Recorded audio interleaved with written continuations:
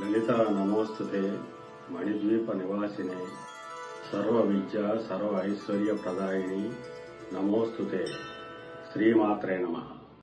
శ్రీమాత్రే నమః. మిత్రులందరికీ శుభోదయం. ధనుర్లగ్న జాతకులకి గురువారం ఏ హోరాకాలాలు ఎటువంటి ఫలితాలు ఇస్తాయనే విషయం గురించి తెలుసుకుందాం. వీరికి గురువారం రవిహోర రాజకీయ నాయకులను కలవడానికి కానీ ఉన్నత అధికారులను కలవడానికి కానీ విశేషంగా వినియోగపడుతుంది. చంద్రహోర సమస్త శుభకార్యాలకు కూడా వినియోగించుకోవచ్చు.